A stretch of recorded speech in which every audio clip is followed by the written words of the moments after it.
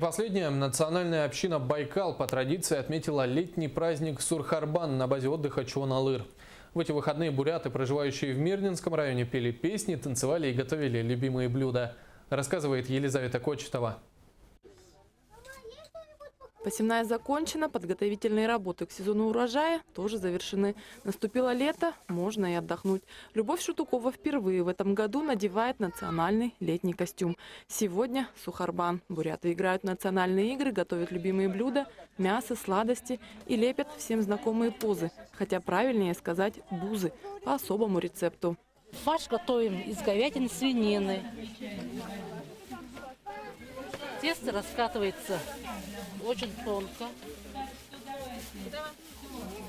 Добавляем лук, перец. И позы у нас должны получиться в форме юрты, конусообразные. И защипываем 33 раза. Как бы у нас означает 33 вершины Саянских гор. 20 минут и угощение для гостей праздника готово. В этот день столы ломятся от всевозможных явств.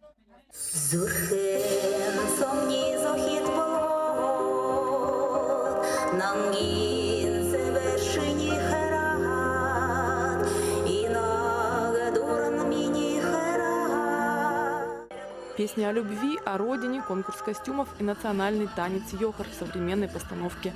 Подарок от детского театра балета «Алмазы Якутии».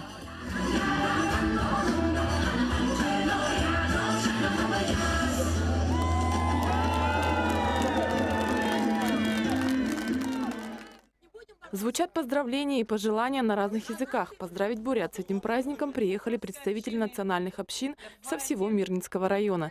На якутской земле коренные жители Байкала поддерживают традиции своего народа уже почти 20 лет.